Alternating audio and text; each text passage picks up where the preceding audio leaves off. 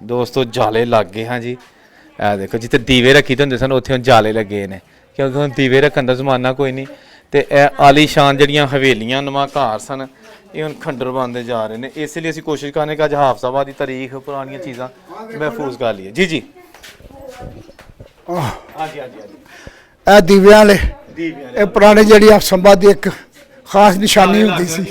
ਹਾਂਜੀ ਇਹ ਖਾਸ ਤੌਰ ਤੇ ਇੱਥੇ ਇੱਕ ਰੋਸ਼ਨੀ ਕਹਿ ਸਕਦੇ ਹੋ, ਲੇਕਿਨ ਜਦੋਂ ਦੀਪਾਵਲੀ ਜਾਂ ਦੀਵਾਲੀ ਹੁੰਦੀ ਸੀ ਉਥੋਂ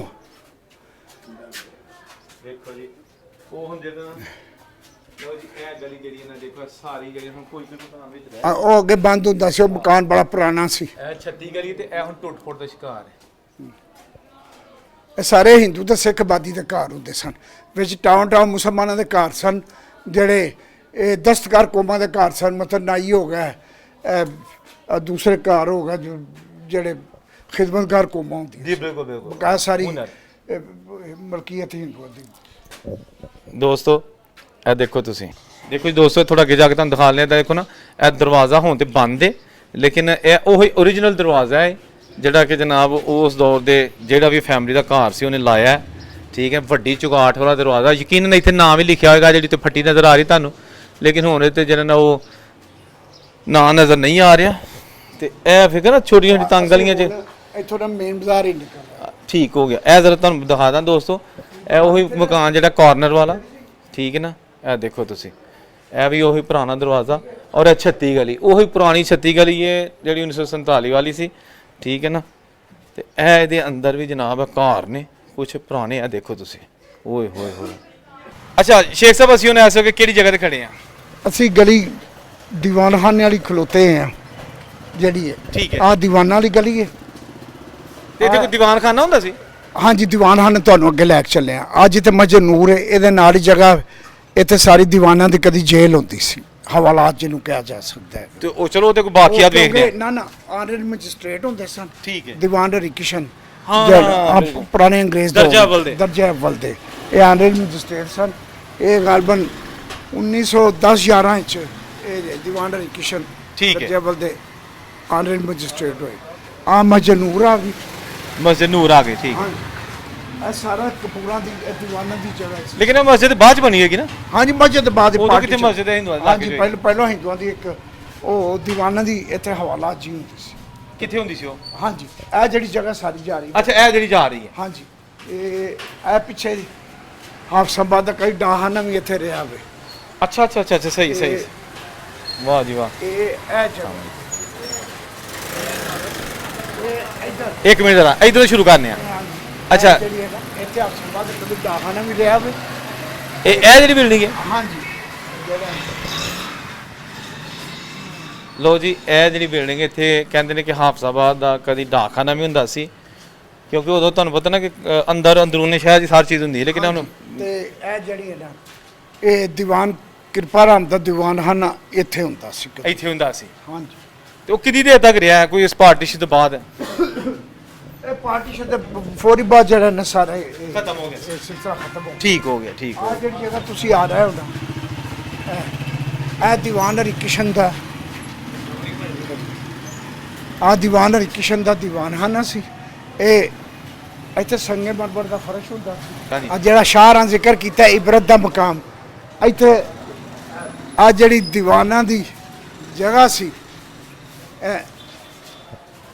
ਵਾਹ ਜੀ ਵਾਹ। ਜਿਹੜੇ ਤੂਤੀ ਨਹੀਂ ਸੀ ਬੋਲਦਾ ਇਹਨਾਂ ਦਾ। ਦੀਵਾਨ ਰਿਕਸ਼ਨ ਦਾ ਸੀ ਇਹ ਸਾਰਾ। ਸ਼ੇਖ ਸਾਹਿਬ ਅਸੀਂ ਹੁਣ ਕਿੱਥੇ ਖੜੇ ਆ?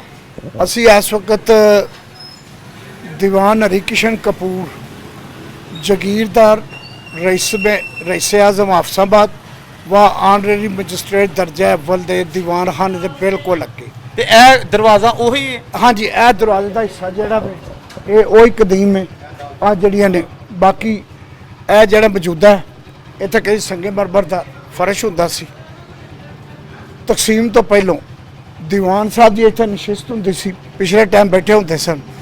उन्हां एक टेबल अगे रखी हुंदी सी। अच्छा टेबल अगे रखी टेबल के उत्ते जिदा होंदियां सन सिक्कियां दी भरियां थैलियां जिहड़ियां उन्हां फिर पूरे हाफसाबाद दे जिहड़े गरीब गुरबा हुंदे सन ਇੱਥੇ ਆਉਣਾ ਹੈ ਬਾਹਰ ਬੈਗ ਬਣਦੇ ਆ ਹਾਂ ਬਾਹਰ ਬੈਠ ਜਿਹੜਾ ਮਰਜ਼ੀ ਜਿਹੜਾ ਮਰਜ਼ੀ ਲੱਭੇ। ਔਰ ਇੱਕ ਪਾਈ ਦੀ ਬੜੀ ਅਹਿਮੀਅਤ ਹੁੰਦੀ ਸੀ। ਉਹ ਅਕੇਲਾ ਬੰਦਾ ਹਫਸਾਬਾਦ ਦੇ ਅੱਧੇ ਨਾਲ ਜ਼ਿਆਦਾ ਰਕਬੇ ਦਾ ਮਾਲਕ ਸੀ। 1600 ਏਕੜ ਉਹਦਾ ਇੱਥੇ ਹਫਸਾਬਾਦ ਸੀ। ਰਾਖਰ ਸੁਖਰਾਏ ਪਿੰਡੀ ਭੱਟੀਆਂ ਦੇ ਕੋਲ ਇੱਕ ਪਿੰਡ ਕਿਲਾਰ ਸੁਖਰਾਏ, ਇਹ 4 ਜਾਂ 5 ਪਿੰਡਾਂ ਦਾ ਕੱਲਾ ਜ਼ਾਤੀ ਮਾਲਕ ਸੀ। ਇਹ ਦੀਵਾਨ ਹਰੀ ਕਿਸਮ ਜਿਹੜਾ ਹੈ ਤੇ ਇਹ ਉਹਦੀ ਇਹ ਜ਼ਗੀਰ ਦੇ ਇਹ ਉਹਦੀ ਮਤਲਬ ਅਸੀਂ ਜਿਹੜੇ ਵੇ ਉਹਦਾ ਡੇਰਾ ਕਹਿ ਲਵੋ, ਦੀਵਾਨ ਖਾਨਾ ਕਹਿ ਲਵੋ, ਅਸੀਂ ਉਹਦੇ ਅੱਗੇ ਖੜੇ। ਤੇ ਬਾਕੀ ਹੁਣ ਇਹ ਉਹਦਾ ਅੱਧਾ ਦਰਵਾਜ਼ਾ, ਬਾਕੀ ਪਾਰਟੀ ਨੇ ਬਾਕੀ ਸਾਰਾ ਕੁਝ ਫਿਰ ਜਿਹੜੇ ਸਾਡੇ ਭਰਾ ਉਧਰੋਂ ਆਏ ਨੇ ਪਾਰਟੀਸ਼ਨ ਦੇ ਵਕਤ, ਇਹ ਉੱਥੇ ਆ ਗਿਆ। ਮੈਂ ਤੁਹਾਨੂੰ ਇੱਕ ਮਿਸਾਲ ਦੇ ਰਿਹਾ ਸਾਂ, ਬੜੀ ਪੁਰਾਣੀ ਗੱਲ ਹੈ। ਮੈਂ ਇੱਥੋਂ ਚੌਧਰੀ ਸ਼ਫੀ ਸਰੋਇਆ ਸਾਹਿਬ ਹੋਏ ਨੇ ਮੰਡੀ ਦੇ ਆੜਤੀ ਸੀ, ਉਹਨਾਂ ਨੇ ਇੱਥੋਂ ਲੰਘਿਆ, ਉਹ ਇੱਥੋਂ ਆ ਕੇ ਨਾ ਕੰਨਾਂ ਦੇ ਹੱਥ ਲਾ ਗਏ, ਕਹਿੰਦੇ ਨੇ ਯਾ ਪਰਵਰਦੀਗਾਰ ਇਹ ਇਬਰਤ ਦਾ ਮਕਾਮ ਹੈ। ਇਬਰਤ ਦਾ ਮਕਾਮ ਇੰਜੇ ਇਹ ਮਕਾਨ ਇਹ ਜਾਂ ਦੀਵਾਨ ਖਾਨਾ ਜਿੱਥੇ ਕਦੀ ਵੱਡੇ ਇੱਥੇ ਆ ਕੇ ਆਵਾਮ ਦਾ ਹਜੂਮ ਹੁੰਦਾ ਸੀ, ਸਾਰੇ ਆਪਣੀ ਅਰਜ਼ਾਂ ਲੈ ਕੇ ਆਉਂਦੇ ਸਨ। ਉਹਨਾਂ ਦੇ ਪਿੰਡੇ ਜ਼ਕੀਰਾਂ ਦੇ ਬੰਦੇ ਹੁੰਦੇ ਸਨ, ਬੰਦੇ ਨੂੰ ਬੰਨ ਛੜਿਆ ਬਸ ਤੇ ਇੱਥੇ ਆ ਕੇ ਖੋਤੇ ਵੱਜੇ ਕਿਤੇ ਮੈਂ ਆਪਣੀ ਅੱਖਾਂ ਨਾਲ ਵੇਖਿਆ। ਯਾਨੀ ਦੁਨੀਆ 'ਚ ਇਬਰਤ ਦਾ ਮਕਾਮ ਕੇ ਅਥਲ ਪਥਲ ਬਤੋ ਹਰ ਚੀਜ਼ ਆਓ ਥੋੜਾ ਜਿਹਾ ਵੇਖ ਲਈ ਅੰਦਰੋਂ, ਨਹੀਂ ਇਹ ਥੋੜਾ ਵੇਖ ਲਈ ਹੈ ਸ਼ਾਹ ਜੀ, ਇਹ ਖਿਲਾਓ ਹਾਂ ਥੋੜਾ ਜਿਹਾ।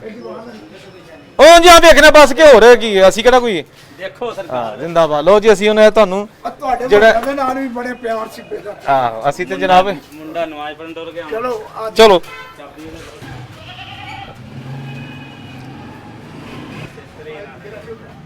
ਲਓ ਜੀ ਇਹ ਤੁਸੀਂ ਦੇਖ ਸਕਦੇ ਹੋ, ਇਹੋ ਜਿਹਾ ਦੀਵਾਨ ਖਾਨਾ ਹੈ, ਇਹ ਉਹਦਾ ਅੰਦਰ ਦਾ ਮਾਹੌਲ ਹੈ। ਔਰ ਅੰਦਰ ਜਨਾਬ ਤੁਸੀਂ ਦੇਖ ਲਓ ਬੱਕਰੀ ਵੀ ਵੱਜੀ ਹੈ ਤੇ ਕਬਾਰ ਖਾਨਾ ਹੈ। ਉਹ ਅੰਦਰ ਇੱਕ ਦਰਵਾਜ਼ੇ ਬਸ ਰਹਿ ਗਿਆ, ਹੋਰ ਕੁਝ ਵੀ ਨਹੀਂ ਰਹਿ ਗਿਆ ਇਸ ਦੀਵਾਨ ਖਾਨੇ ਦਾ। ਸਾਰਾ ਕੁਝ ਖਤਮ ਹੋ ਚੁੱਕਿਆ ਹੈ।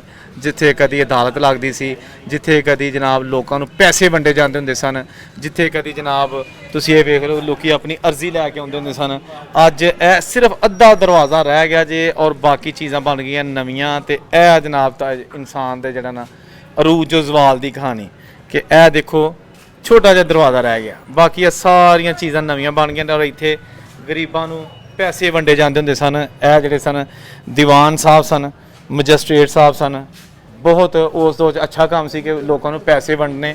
ਲੇਕਿਨ ਅੱਜ ਵਕਤ ਗਿਆ ਤੇ ਸਿਰਫ ਇੱਕ ਉਹਨਾਂ ਦੀ ਛੋਟੀ ਜਿਹੀ ਵਿੱਚ ਚੀਜ਼ ਰਹਿ ਗਈ ਹੈ, ਬਾਕੀ ਹਰ ਚੀਜ਼ ਖਤਮ ਹੋ ਗਈ। ਇਹ ਦੋਸਤੋ ਦੇਖੋ ਤੁਸੀਂ, ਇਹ ਵੀ ਕੁਝ ਪੁਰਾਣੇ ਘਰ ਨੇ, ਬਾਹਰੋਂ ਪਲਸਟਰ ਕੀਤੇ ਨੇ ਬਾਅਦ ਵਿੱਚ, ਲੇਕਿਨ ਹੈ ਇਹ ਪੁਰਾਣੇ ਨੇ। ਔਰ ਇਹ ਵੇਖੋ ਨਾਲ ਨਾਲ ਨਵੇਂ ਬਣਦੇ ਜਾ ਰਹੇ ਨੇ। ਔਰ ਇੱਕ ਇਹ ਘਰ ਹੈ, ਇਹ ਵੀ ਪੁਰਾਣਾ ਹੈ ਜਨਾਬ। ਇਹਦਾ ਦਰਵਾਜ਼ਾ ਖੂਬਸੂਰਤ ਨਕਸ਼ਨਕਾਰੀ ਉੱਤੇ ਜਨਾਬ ਹਲੇ ਵੀ ਸਾਨੂੰ ਨਜ਼ਰ ਆ ਰਹੀ ਹੈ। ਇਹ ਦੇਖੋ ਨਕਸ਼ਨਕਾਰੀ ਕੀਤੀ ਗਈ ਉੱਤੇ।